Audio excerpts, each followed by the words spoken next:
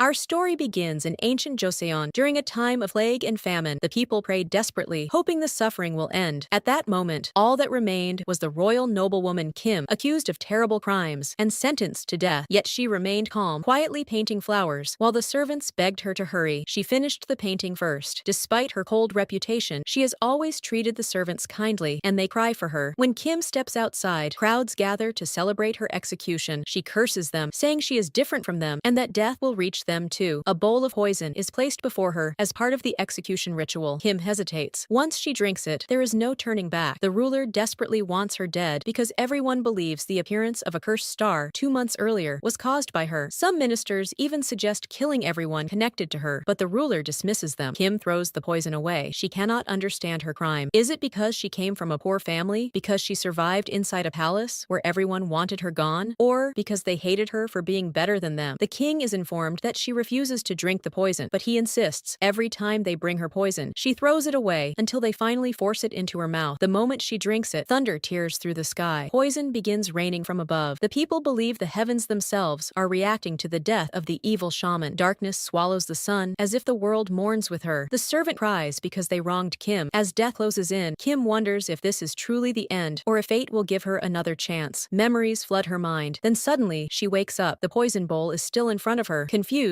she wonders if she survived or merely lost consciousness. But when she looks around, she sees cameras, lights, and people everywhere. It is a filming set. The director praises the stunt actress for her perfect performance, while Kim has no idea what is happening. They begin filming again. During the scene, someone insults her family, causing Kim to break character completely. When the director yells at her, she screams back, shocking everyone. After all, she is only Shinseori's stunt double. How can she suddenly act however she wants? The director orders filming to continue, but Kim storms toward him furiously. When staff members try to restrain her, she attacks them without hesitation, turning the filming set into chaos. Elsewhere, we see a Chang, a ruthless CEO, becomes the center of public outrage after a video spreads online showing him mistreating people. Everyone believes he abuses his power because he is rich and influential. Chang is cold and merciless, but brilliant in business. He easily manipulates negotiations and uncovers secrets hidden inside rival companies. He corners a struggling businessman, destroys half his company's value within minutes, and forces him to surrender the company completely. Chang considers it revenge for the billions he once lost because of that man's defective products. His assistant Song secretly wishes for a miracle that might earn him even 1 day off, but working under Chang makes that impossible. Meanwhile, Kim struggles to understand the modern world. She believes everything around her is real and cannot comprehend filming sets, cameras, or modern clothing. Her friend Jia rushes toward her in panic, convinced she has caused a disaster. Kim is horrified by the way Jia speaks to her and assumes she is a disrespectful servant. Looking around, Kim realizes everything has changed. The buildings, the clothes, the people. Nothing resembles Joseon. When foreigners speak to her fluently, she becomes convinced she has arrived in another country. People praise her acting and ask for pictures with her, leaving her even more confused. Then, Yoon hands her a mirror. Kim freezes. In this world, she is called Shin Seori, and her face is older than before. Terrified, she runs away. At the same time, Chang watches the viral video about himself with disgust. His employee explains that it was manipulated, but Chang becomes interested in whoever created it because the fake version looks exactly like him. Meanwhile, Kim remembers the shaman who wanted her blood to survive after death. Seeing that her wounds have vanished, she realizes the truth. Her soul has entered another body. Then, we meet Joe, a handsome storyteller adored for his kindness. Reporters ask him about Joe's scandal, and although he admits Chang is talented, he clearly dislikes the constant discussion about him. Meanwhile, Kang realizes the shaman's prophecy was real. Kim continues speaking like someone from ancient Joseon, asking strange questions because she genuinely does not understand the modern world. When Yoon and manager Hong arrive, they immediately scold her. Kim insults them both without fear, leaving everyone shocked because this behavior is nothing like Shin Seori. She humiliates Yoon so badly that Yoon demands an apology, but Kim refuses, insisting Yoon insulted her first. Her friend becomes amazed by her confidence, while Kim quietly decides to embrace this second life. Then a phone rings beneath her clothes, startling her. She cannot understand how music is coming from fabric. Meanwhile, Chung learns the company chairman is secretly spying on him. When he hears people talking about an eclipse, he mocks them for behaving like they still live in Joseon. Later, Kim wanders through the city alone. Seeing suspicious men nearby, she believes a rebellion has broken out and runs in fear. Then she finally sees modern Korea clearly for the first time. Towering buildings, blazing lights, speeding cars. Everything feels unreal. At the same time, Chang scrolls through hateful comments online, furiously disliking them one by one. Suddenly, he bumps into Kim. As he reaches for his phone to call an ambulance, she screams that she has fallen into hell and runs into traffic. traffic. Chang chases after her. As she stumbles between speeding cars in terror, a car races toward her. At the last second, Chang grabs her and pulls her into his arms. For a moment, they stare at each other in silence. Then, Chang angrily demands to know if she is trying to kill herself. Kim responds by slapping him hard across the face. Bystanders assume they are lovers fighting. Kim accuses him of harassing her even in hell and calls him by the name of someone from Joseon, making Chang think she is insane. He offers her money, but she refuses and storms away. Then she grabs a branch and starts beating him with it while people gather to film the chaos. Chang struggles to defend himself until he notices everyone recording them. Embarrassed, he stops fighting and hands her his business card, telling her to see a doctor because she clearly looks crazy. Back at the company, Chang rants about the woman claiming to be from Joseon. Song reminds him that a shaman once warned this year would bring him terrible luck with women. Still, Chang orders him to keep an eye on her. Meanwhile, Kim wanders through the unfamiliar city, exhausted and convinced she is trapped in hell. Then she discovers a museum. Inside hangs the painting she created centuries ago. The guide claims the queen painted it. Kim is furious because the queen stole her work and claimed it as her own. She realizes history twisted everything to glorify the rulers. Then she learns the truth about herself. History says Kang Hwa committed suicide with poison, was branded evil, and had her title stripped away. Kim finally understands. She truly died. A student excitedly explains the story of Kang Hwa, while Kim remembers how everyone treated her like a monster for getting close to the prince. She leaves devastated, realizing history erased her completely. After 300 years, nothing remains of her except lies. Crying, she blames herself for everything. Then an old woman suddenly addresses her as Your Majesty. Kim explains that her soul traveled 300 years into the future, but the woman believes she is delusional. Meanwhile, Chang negotiates another business partnership. As he leaves, he notices Kim again and immediately recognizes her strange appearance. Kim, fascinated by Korean dramas, casually jokes that women hit men they like. Chang stares at her in disbelief while his assistant awkwardly tries explaining her behavior. Later, Kim walks alone through the rain, mourning the life she lost in Joseon and wondering whether this new existence is punishment or mercy. But standing in the cold rain, she realizes something important. She survived. Nothing else matters. This is her second chance, a new life, and this time she intends to live it fully. Rumors spread online claiming Chang saved her life and became her protector. Meanwhile, the company chairman criticizes Chang for refusing every marriage prospect after investigating each woman and her entire family history. Soon after, Kim enters a building filled with elegantly dressed women. Assuming it is some kind of contest, she asks to meet Chang and introduces herself as Shin Seori. Everyone assumes she is there for an audition. While waiting, Yoon insults her again, but Kim humiliates her immediately in return. Despite everything, everyone notices Shin's overwhelming confidence. When it is her turn to introduce herself, Kim boldly declares she intends to choose a man without marriage. At that exact moment, Chang walks in and freezes when he sees her again. The meeting ends quickly because Chang refuses any deal involving her. As security moves to remove her, Kim suddenly senses danger. She tries warning Chang, but he ignores her. Then the eclipse begins. The sky darkens. People stare upward in shock. Suddenly, Kim grabs Chang and pulls him away from a nearby car. A second later, someone crashes onto the vehicle after jumping from above. If Chang had entered the car, he would have been severely injured. Suddenly, Kim fainted. While unconscious, Kim dreams that she's back in the palace, joking around with her maids. Then the king arrives and flirts with her, comparing her to the red flower beside her. He tells her he brought medicinal herbs to strengthen her body, but because the herbs are served in the same type of bowl that once contained poison, she completely breaks down. She throws it away and desperately begs him to forgive her and understand that what happened wasn't intentional. Back in the present, Chang calls out to her, trying to wake her up. Song wants to call an ambulance, but Chang explains that she only fainted from shock. Moments later, Kim wakes up on her own and notices the same red flower from her dream nearby. Later, while sitting with Chang in his office, he asks how she knew he was in danger. Kim explains that she can sense danger from afar and says it's a talent she's always had. We learn the reason behind this ability is that she was hated in the palace and constantly feared closing her eyes because someone might try to kill her. Despite everything, she proudly tells Chang that she deserves credit for saving his life. Instead of thanking her, Chang becomes suspicious and wonders if she was working with the attacker all along. Honestly, the best thing about Kim is her confidence. She replies that if she truly wanted to kill him, she would do it immediately instead of wasting time planning. For the sake of her own interests, she pretends not to hear his accusations and reminds him that since she saved him, he should hire her and let her protect him. Only minutes later, she gets thrown out of the company. Because she fears no one, she insults Chang right in front of Song, saying, "Your boss can't possibly be human." He's completely ungrateful, but Song actually seems to like her. He tells her Chang asked him to drive her home. For Kim, this turns out to be a good opportunity because they used her ID to discover her address. She stares nervously at the car and asks how she's even supposed to ride in such a thing. While they're driving, she suddenly feels dizzy and asks Song to slow down. down. He explains he's already driving at the slowest speed limit allowed. Elsewhere, the grandfather is having lunch with his daughters and Kong for his birthday. We discover Kong is his nephew. The grandfather praises Kong endlessly and wishes Chong were more like him. Then we flash back 17 years. The grandfather was suffering from liver disease and desperately needed a donor. When he asked his family which one of them would donate part of their liver, every single person came up with excuses despite being perfectly healthy. One daughter says, "If I didn't have children, I would have donated my entire liver." Another says, "If I wasn't breastfeeding, I would have done it immediately." Only Kang, who was still a young soldier at the time, raised his hand and volunteered like the perfect loyal son. Back in the present, the grandfather's daughters stare at him in annoyance, practically wishing he had never donated. Later, Song drops Kim off at her house. After he leaves, Kim instinctively expects to be living in a palace like the one she once had. She even waits for someone to open the pension door for her. As she's about to enter, the lights suddenly switch on automatically, startling her. Then the receptionist comes out. Judging by the way he talks, he's clearly familiar with her. "Do you need a formal invitation just to walk in? Your grandmother's been waiting for you forever." Inside, Kim finds her grandmother sitting there, and it's obvious she truly loves her deeply. She prepared countless dishes for her and encourages her to eat as much as she wants because she made extra food just for her. When Kim looks at her grandmother's hands, she realizes how much hardship she endured. The receptionist watches them, so the grandmother invites him to eat too. He assumes he's about to taste delicious homemade food from an old-fashioned woman, but the moment he takes the first bite, his face freezes. He quickly makes an excuse about forgetting his medicine and leaves immediately. As for Kim, her expression clearly reveals the food isn't exactly delicious, but she still tells her grandmother it tastes wonderful and forces herself to finish everything. Later, the grandmother says goodbye before leaving and asks Kim to take care of herself. She assures her that she's proud of her and loves her more than anything else in the world. At that moment, Kim genuinely feels how kind she is. When she enters her room, she measures the space and mutters that even the prison cell in the palace was larger than this. When she opens the window, she discovers it overlooks nothing but a narrow air shaft. She calls for the receptionist, but he mocks her and reminds her she isn't staying in a five-star hotel. He acts like she's never seen the room before and bluntly tells her this is all they have. After he leaves, Kim leans against the wall, but the neighbor next door immediately bangs on it as if telling her not to even breathe because she's annoying him. What he doesn't realize is that Kim herself has a terrible temper. The two start banging against the wall repeatedly until silence finally falls. Kim thinks everything is settled and tries to sleep, but suddenly he starts pounding aggressively on her door. Furious, he complains that she disturbs him every night, but Kim responds in such a fierce way that he becomes speechless. She tells him that if he hates her so much, then he should leave instead. Apparently, this guy annoys all the residents, so everyone is thrilled watching Kim put him in his place, especially when she calls him a savage animal. They practically react like someone finally said what they'd all been thinking. Before entering her room, Kim warns him not to bother her again, then slams the door in his face. Later, she sits in her room playing with the lamp. Since she comes from another era, everything she sees amazes her. Suddenly, she remembers how the palace women once turned against her simply because she defended herself. Because the king favored her and treated her differently, they locked her inside a wooden box and placed a heavy stone on top so she couldn't escape. Back in the present, Kim tells herself that at last, she no longer needs to stay awake every night because she's finally safe. Meanwhile, Chong dreams about the Joseon era. He hears a woman screaming for help and wakes up terrified. We learn this isn't the first time he's had dreams like this. Back with him, she reads the diary of the girl whose body she now inhabits. She discovers that girl spent her entire life chasing her dream of becoming an actress and living independently. She worked multiple jobs to support herself and send enough money to care for her grandmother. Because this personality is completely opposite to Kim's own nature, she dislikes the words written there and considers them weak. Still, she becomes emotional when she notices papers hanging on the wall filled with wishes the girl firmly believed would come true. The next morning, Kim stands on the rooftop and promises the original owner of the body that she'll fulfill every one of her dreams. While reading the news later, she notices a television documentary about wars, hardships, and the occupation the village once endured. The program awakens a powerful sense of patriotism inside her, and she becomes obsessed with watching those kinds of documentaries. One day, she suddenly starts shouting patriotic slogans for Korea and knocks on the residents' doors as if Korea had just won a war. At another time, she catches her neighbor stealing her food from the refrigerator, even though her name was clearly written on the containers, with warnings not to touch them. She creates such a dramatic public scene that every resident learns he's been stealing food. Everyone enjoys watching her expose him. Later, Kong visits a doctor who happens to be a mutual friend between him and Chang. He congratulates the doctor on his new clinic and gifts him a flower pot. At the same time, he casually asks about Chang's situation. Strangely, Kong remains sitting in his car outside the clinic, secretly watching Chang leave. Chang tells the doctor about the recurring dreams he keeps having about the Joseon era. He also talks talks about Kim, who mysteriously appeared and saved him the last time someone tried to kill him. When Chang returns to the company, he's shocked to see Kim rushing toward him again. She wants to know what he thinks about the deal she offered him. Chang refuses to discuss anything with her and warns her not to force him into being rude. Then he bluntly tells her to get lost. Honestly, she would have been justified kicking him in the leg right there. She threatens him, saying she won't let those words slide so easily because Chang still doesn't trust her and fears her reaction. He literally runs away from her. Afterward, Kim visits the shaman and tells her everything that happened with Chang. In the middle of the conversation, she shamelessly asks to borrow money. For some reason, she confidently asks for 50 million. The shaman stares at her in disbelief and says, "Where would I even get that kind of money? I can barely pay my rent." In the end, she hands Kim the small change she has and calls it a loan. Meanwhile, Kong secretly plants a listening device inside the flower pot he gifted the doctor so he can spy on Chang's conversations. This reveals that Kong is actually the one behind the attack on Chang because he desperately wants to identify the mysterious girl who saved him. Elsewhere, an assistant director begins protesting against the film director for forcing them to work excessive overtime hours. To sabotage him, he uploads Kim's clips to YouTube. Ironically, this turns out to be the best thing that could have happened to her. People love her clips and start turning them into memes and funny edits. The hype grows so large that the board members suggest making her the star of the advertising campaign, but Chang refuses and demands they come up with another plan. Meanwhile, Kim wanders through the market, buying every kind of food she sees. She keeps eating sweet and salty snacks non-stop until she runs out of money. Only then does she finally realize she truly needs a job. She starts applying to different stores, and when they ask about her skills, she proudly explains that she's excellent at punishing lazy workers, forcing people to work harder, and chasing down murderous traitors. Naturally, nobody hires her. After getting rejected repeatedly, she becomes so frustrated that she starts tearing down every job advertisement she sees. At that moment, her neighbor catches her and gets angry because he was the one who hung those ads up in the first place. From her expression alone, he realizes she failed to get hired and says the store owners were right. Who would hire someone like you? Then he receives a message. The moment he runs off, Kim learns he finally got work. She chases after him and, through pure luck, ends up working alongside him in live television shopping broadcasts. Because of her growing popularity, literally anything she advertises gets sold out instantly. No matter what product she holds, the entire warehouse stock disappears within an hour. The moment Chang sees her success, he orders Song to bring her to him by any means necessary and make her sign a contract. All this happens while Kim's advertisements continue generating massive views and huge sales. Song later calls Chang and informs him he can't reach her because she isn't answering her phone either. Chang angrily tells him to figure something out and make her sign the contract today no matter what. Back with him, after filming multiple advertisements in one day, she refuses to continue working unless they increase her payment sevenfold. The producer has no choice but to agree. Then she starts advertising herbal body supplements, but because the drink is served in a bowl similar to the one that once contained poison, Kim suddenly becomes dizzy and vomits. That moment triggers the traumatic memory of the day she drank poison. She stumbles outside, unable to control her body. Meanwhile, the producer completely ignores her condition and starts scolding her harshly. Worse still, he reaches out to touch her. Kim immediately strikes him before he can lay a hand on her. When he tries retaliating, Chang suddenly punches him first. Kim asks Chang why he came. He explains that he wants to work with her, but at that exact moment, Kim suddenly sees Kang standing there. She freezes in absolute terror because he looks exactly like the king who ordered her execution. The shock completely breaks her. She turns and runs away. Chang chases after her, asking why she left. He explains that just as she needs him, he also needs her, and he begs her to sign a work contract with him. But the moment Kim sees Kang again, she becomes terrified and clings tightly to Chang, begging him to protect her. The scene shifts to the past life. We see Kim searching for something when suddenly an assassin attacks. He had come to kill Chang, but Chang isn't there. Instead, Chang steps forward from behind and confronts him. The two begin fighting, and Chang defeats the man with ease. But then the assassin suddenly slits his own throat. Chang realizes someone else is involved, so he rushes outside to chase them. There, he spots Kim and assumes she's connected to the assassin. Without hesitation, he fires an arrow at her. Kim is sitting in front of Chang as he coldly asks, "Who are you? Are you working with them?" She quickly denies it. The moment their eyes meet, both of them recognize each other. Kim softly says that last time, she never got the chance to thank him. She also asks for his name, but Chang refuses to tell her. Instead, he asks for hers. Suddenly, Kim notices another man preparing to fire an arrow from behind. She immediately warns Chang, and he rushes after the attacker. The story returns to the present. Kang sees the two of them together and teasingly tells Chang, "Looks like you finally got yourself a girlfriend." Chang immediately denies it. A little later, Kim steps away from him, and Chang asks if she's gone crazy. Kim starts leaving, but Chang follows her and stops her. He asks why she acted that way earlier, yet Kim refuses to explain explain anything. At that moment, they notice people coming upstairs toward them. Instantly, Kim pretends to faint. Chang hurriedly carries her outside the building and lays her down. The moment they're outside, Kim suddenly gets up and proudly praises her own acting skills. Then she asks Chang who the other man was. He explains that Kang is his cousin, then bitterly adds that even a stranger would be better than him. Soon after, Kim forcefully gets inside the car, while Chang unwillingly becomes her driver. As they drive, Kim starts feeling dizzy and lies down in the seat. Meanwhile, Chang stops to refill fuel and walks into a nearby shop. There, he looks at digestive medicine before suddenly questioning himself. Why am I even doing this? Why am I worried about her? Back in the car, Kim curiously starts checking everything inside. Music begins playing, and she eventually steps out of the car. Then she sees Kong on a screen nearby and stares at him. His face looks exactly like the king's. She also notices photos of his family. At that moment, a worker mistakes her for Chang's girlfriend and hands her a card. Kim quietly leaves with it. A while later, Chang arrives there. The worker casually tells him that he already gave the card to his girlfriend, who left a while ago. The moment Chang hears this, he immediately calls his assistants and tells him to block the card. Then, someone informs Chang that there's a serious problem in the company and he must come immediately. The scene shifts to the company, where Mr. Han explains the situation to Chang. He says that the company they recently bought for launching a new brand has now been targeted by Kang's company. If they don't act fast, all the shareholders will end up under President Kang. The scene changes again. Kang is sitting with another man while discussing the company matter. Kang smirks and says he's curious to see what Chang will do now. Then, he suddenly brings up a girl, mentioning that these days, Chang seems to be dating someone. The man sitting before him is Seok, an executive from Chang's bio company. Seok says he may have seen that girl before, adding that she once came for an audition too. On the other side, Kim returns home, where someone confronts her angrily, complaining that because of her actions, he didn't get paid either. As he turns around, Kim secretly steals money from his pocket. She keeps half for herself and gives the remaining half back to him. Back at the company, Chang is attending a meeting when he discovers that everything happening was Kang's deliberate plan. Furious, Chang goes directly to Kang and says, "If you wanted to invest, you could have spoken to me directly." Then he coldly adds, "Stop showing me this fake good side of yours. Show me your real face instead." For the first time, Kang drops the act completely and begins speaking harshly, revealing his true personality. Later, Chang sits alone in his car, thinking about how Kang has always worn two masks. A flashback begins. We see Chang's grandfather bringing Kang home for the first time and telling Chang, "From today onward, he's your brother." Chang happily brings biscuits for Kang and says, "Brother, here, you can eat these." But Kang coldly replies, "Who said I'm your brother?" At that moment, Grandpa's voice echoes from behind. Kang immediately throws the biscuits to the ground, shattering the glass beneath them, then deliberately steps on the broken glass himself. Grandfather rushes over and sees Kang's bleeding foot. Kang instantly lies and blames Chang for it. Because of that, Grandfather slaps Chang. The story returns to the present, where we see Park getting ready to leave while Kim watches him. In the next scene, Park is with his girlfriend when he learns she cheated on him and plans to marry someone else. At the same time, Kim arrives somewhere to buy food, but she doesn't have enough money. The shop owner tells her she can use the card instead, so she pays with it. Meanwhile, Chang starts receiving notifications that money is being spent from his card. As Kim happily walks while eating, she notices Park arguing with his girlfriend nearby. During the fight, Park angrily throws her purse away, but Kim catches it. Later, Kim returns home and finds Chang there. She teasingly asks, "Were you so worried about me that you came all the way to my house?" Chang awkwardly denies it and says he only came to take back the card. Kim returns it to him, smiling as she says she'll get a card like that herself someday. She also thanks him sincerely. Chang quietly watches her eating fast food. Suddenly, Kim smells delicious food coming from a nearby restaurant and stares at it intensely. The next scene shows both of them inside the restaurant. Chang grills meat for her while grumbling, "Am I your servant? Why am I doing all this?" For the first time, the two properly exchange names. Kim smiles brightly and says, "We were destined to meet here and eat together." Hearing that, Chang can't help smiling. After eating far too much, Kim walks outside while Chang pays the bill. When he joins her, he comments on how much she ate. Kim grabs the waistband of her skirt and loosens it slightly, happily saying, "I really liked the food." Chang watches her in disbelief before smiling and thinking about how strange she truly is. Elsewhere, Kong meets Chang's grandfather and deliberately tells him that Chang has been seeing a girl lately. Meanwhile, Chang walks away from Kim and she quietly says that he's actually a very kind person with a genuinely good heart. Chang himself seems confused by his feelings. He feels like he may actually be starting to like Kim. At the same time, Kim enters a building and finds Park completely drunk. She She asks what happened to him. Park bitterly says she could never understand romance or heartbreak. Curious, Kim searches for the meaning of romance. That triggers another flashback. In the past, Kim had become Chang's servant. As they look at each other, Chang asks, "Aren't you afraid of me? Everyone talks badly about me. Everyone fears me." Kim gently replies, "You saved my life. How could I ever fear you?" Back in the present, Chang wakes up crying from a dream. He tells his friend about it and asks what it means. His friend jokingly says either someone stole money from him in the dream or he was in love. Then, he seriously brings up past lives, saying maybe those dreams actually belong to Chang's previous life. Elsewhere, Grandpa questions Mr. Han about whether Chang is dating someone these days. Mr. Han quickly denies it. On the other side, Kim follows Park all the way to his workplace and stands beside him. Whatever Park tries to sell, Kim keeps eating it herself. Eventually, the manager arrives and starts yelling at her, forcing Kim to leave. As she stands outside, she notices a poster. The person in the photo is none other than Yoonji. A woman approaches and asks if she's Yoonji's fan, since she's been staring at the photo for so long. The woman tells her that fans usually send gifts to celebrities these days. The scene shifts to Chang at the company. Photos of two actresses are displayed as the company decides which heroine they should hire. A public poll is held, and Kim surprisingly wins. Elsewhere, Kim watches a drama and bluntly says the actress's acting is terrible because a queen would never behave that way. Then she suddenly begins acting out the scene herself. Everyone nearby watches in amazement and praises her performance. Chang becomes happy after learning that Kim won the poll. Later, Kim watches another drama scene where a girl cries after her grandmother leaves her. As Kim watches, tears suddenly begin falling from her own eyes, though she doesn't understand why she's crying. Meanwhile, Mr. Han informs Chang that Kim's contract is still tied to Ador Entertainment, meaning they'll have to work with them as long as she remains under contract there. Chang quietly thinks about Kim when she suddenly calls him, saying she's coming to meet him. Soon, she arrives downstairs at the building where she runs into Yoonji and the CEO of Dorn Entertainment. Another argument instantly begins between them. The CEO grabs Kim's hand aggressively. In response, Kim bites her hand. Yoonji immediately slaps Kim, then Kim slaps her back, and chaos erupts. At that moment, Chang arrives and stops them. Yoonji suddenly pretends to faint. Chang notices the redness on Kim's cheek and becomes visibly worried about her. The CEO of the entertainment company doesn't know who he is. Calmly, Chang tells her, "I'll buy your company." Then, he extends his hand toward Kim to finalize the contract deal. Kim shakes his hand, but the moment they touch, both react strangely. Another past life memory appears. A woman stands before Kang, who was the king in that life, and asks why he brought that girl there when she belongs to the lower class. Kang coldly says he plans to use her against his brother. We also see Kang watching Chang save Kim and take her away. Back in the present, Kim is inside Chang's office. Chang notices the redness on her cheek and brings her a bottle. Kim mistakenly thinks it's for drinking and starts drinking it. Then she notices the office window and excitedly opens it, saying, "You even have a window." Chang quickly closes it and says someone might see them. Kim casually reveals that her own room doesn't even have a window. After saying that, she leaves. Outside, she touches her cheek and realizes the bottle was actually meant for treating the swelling on her face. Thinking about his concern for her makes her smile warmly. Later, Kim is outside when a dog suddenly approaches her. She tries scaring it away, but it refuses to leave. Finally, she picks up a stone and throws it far away. The dog runs after it. Later, Kim returns to the house where the landlord is watching a drama. The landlord tells the other man that he's obsessed with the show and watches it all the time. Hearing this, Kim becomes curious and asks, "Are fans like guardian angels? Do they always keep giving gifts?" The landlord replies that sometimes celebrities give gifts back to their fans too. Most celebrities even write letters for them. The next morning, we see Chang in a meeting where he learns he needs funding for the ad campaign. Because of this, he goes to his grandfather and asks for money. "I need funds," he says seriously, but Grandpa refuses. Then Chang tries persuading him by saying he'll treat him to a nice dinner, but Grandpa says he already plans to eat somewhere else. In the next scene, Grandpa arrives at a restaurant, only to find there are no empty tables. Then, he notices Kim sitting alone. He walks over and politely asks if he can sit there. Kim immediately refuses. Grandpa smiles and asks, "What if I pay for your food?" The moment she hears that, Kim stands up and says, "Deal sealed." Meanwhile, Mr. Han and Chang are discussing apartments. Chang asks if there are really rooms without windows, and Han explains that many tiny apartments don't have any windows at all. At the restaurant, Kim studies Grandpa carefully and realizes he's wealthy. Because of that, she orders even more food and even starts packing leftover bones to take with her. Grandpa watches her and laughs softly, saying she truly got her money's worth. The bones are actually for the stray dog. but when Kim can't find it nearby, she throws them into the trash. As she walks away, the dog suddenly appears behind her again, and this time, she takes it along with her. Back at home, the landlord asks where she had been because the police had called. At the same time, Mr. Han calls Chang and informs him that someone has filed a case against Kim. The scene shifts to Kim, standing with the same man she slapped earlier. The man dramatically claims that she grabbed his hand and broke it. He even says his mental health has been destroyed and insists on filing a lawsuit against her. Just then, Chang arrives. Instead of defending Kim directly, he threatens to file a counter case against the man, which instantly scares him into backing down. Afterward, Chang and Kim leave together. Kim smiles and says, "You were worried about me, weren't you? That's why you came here." Chang loudly denies it, but Kim keeps smiling and says, "I think you're actually my biggest fan. You rescued me, so that's a gift for me. I want to give you a gift too." Then she suddenly starts talking about Kang. The scene shifts again. A man arrives to report everything to Kang. Meanwhile, Kang walks down the street, while Kim explains to Chang that his brother has two faces. He says one thing and does another. He shows people he's kind, but that's not who he really is. Another flashback appears. In the past, the king is practicing archery. Suddenly, he shoots a bird dead. Kim is shocked and asks how he could do something like that. Another girl explains that all the animals around them are dangerous and could kill people. Back in the present, Kim tries chasing the dog away by throwing stones at it, but one of the stones accidentally injures its leg. The moment she sees the injury, she bursts into tears. The frightened dog runs away. At the end of the scene, Kim gives the puppy to Chang and says, "There's no window where I live. Take care of him at your house." Then she leaves. Chang sighs and says he's allergic to dogs. Later, he returns home and carefully places the puppy down before rushing to take a shower because his allergies are acting up. Still, he can't bring himself to abandon the dog. Because of this, he calls Mr. Han and tries giving the puppy to him instead, but Han refuses, saying he already has a cat at home. Meanwhile, Kim sits down to write a letter for Chang. She uses old Korean language while writing because she truly believes Chang is her biggest fan and wants to give him something special in return. The next day, everyone is gathered discussing the campaign when Kim quietly hands the letter to Chang. She tells him, "Read it when you get home and when you're alone." Later that night, Chang reaches home and opens the letter. The moment he sees the old Hanja writing, he throws it aside in frustration, wondering what she's trying to do, but eventually, curiosity wins, and he starts translating it. As he reads, a smile slowly forms on his face. He even thinks that if anyone else read it, they'd mistake it for a love letter. Suddenly, the puppy grabs the papers and runs away with them. While trying to get them back, two extra drawings fall out. The drawings are of Kim and the puppy. Then, Chang notices another drawing of himself. Underneath it, Kim had written, "My amazing fan," but Chang mistakenly reads it as "my man." The moment he reads those words, his heart starts racing uncontrollably. The next day, he asks Mr. Han, "If someone writes you a letter, what does it mean?" Han casually replies, "It means they're expressing their feelings." Meanwhile, Kim builds a tiny house for the dog on the rooftop. Then the landlord arrives and tells her that her grandmother sent something for her. Elsewhere, Chang asks Han whether he completed the task he gave him. Han explains that he uploaded the dog's photo online and says they'll probably find the owner soon. Later, Chang walks with his grandfather while two women nearby gossip about him. Surprisingly, Kong doesn't speak badly about him at all. One woman quietly comments that Kong may not actually be as good as he pretends to be. Soon after, Chang notices Kong standing nearby and walks over to him. Kang coldly says, "You shouldn't waste your time talking to me. You should just stand there and look pretty. The only thing your mother gave you is your face, so use it properly." Hearing that, Chang loses control and punches Kong in front of everyone. Meanwhile, Kim arrives at her grandmother's house. As she enters, she notices all the nearby homes have already been sold. She asks her grandmother why she still lives there when nobody else remains. Grandma simply tells her to eat first, saying she's become too thin. Then Grandma gently explains that money isn't everything. She loves that place because it holds too many memories for her. Kim then asks about her childhood memories because she barely remembers anything herself. She says she has an interview tomorrow where she'll need to talk about her struggles and her life story. At the same time, some men suddenly enter the house. Elsewhere, Grandpa angrily scolds Chang for causing trouble earlier. Then he reveals they're planning to build a resort in that area, but there's one restaurant owner refusing to sell her property. Grandpa points toward the restaurant. Chang looks over and reads the name carefully. It's called Kim Restaurant. For a moment, he wonders if he's imagining things things. The men harassing the area were actually sent by Kang to force the residents out. They begin threatening Kim's grandmother, and during the chaos, Grandma falls to the ground. Kim becomes furious. One by one, she starts beating all the men. In the middle of the fight, one man suddenly rushes toward her with a knife. At that exact moment, Chang arrives and saves her using his phone to block the attack. Police sirens soon approach, forcing the attackers to flee. Kim happily tells Chang, "You came at the perfect time." Then she nervously asks if he read the letter she gave him. Chang reacts awkwardly. After that, Kim suddenly asks about her dog and whether it's okay. Chang tells her they found the dog's owner. He expects Kim to get angry, but instead, she sincerely thanks him. "I've met many people," she says softly, "but you're the nicest one. You're really kind." At that moment, Grandpa arrives and recognizes Kim immediately. He asks Chang if he knows her. Kim smiles and says they've met several times already, but Chang casually says, "I just felt sorry for her, so I stayed around her." The moment Kim hears that, her expression completely changes. Later, Kim sits beside her grandmother, when suddenly, Grandma looks at her strangely and asks, "Who are you?" Just then, Kang arrives there. Meanwhile, Chang regrets what he said earlier. After seeing the hurt expression on Kim's face, he can't stop worrying about her. At the same time, Kang speaks with Kim and asks if she's meeting his brother these days. Then he smiles and says, "If you two are dating, you actually look good together." But deep inside, Kim thinks he's exactly like the king from the past, completely the same. Another flashback appears where the king told her to approach his brother and trap him in her love. After speaking with Kang, Kim returns home and sits alone on the rooftop. Then, in frustration,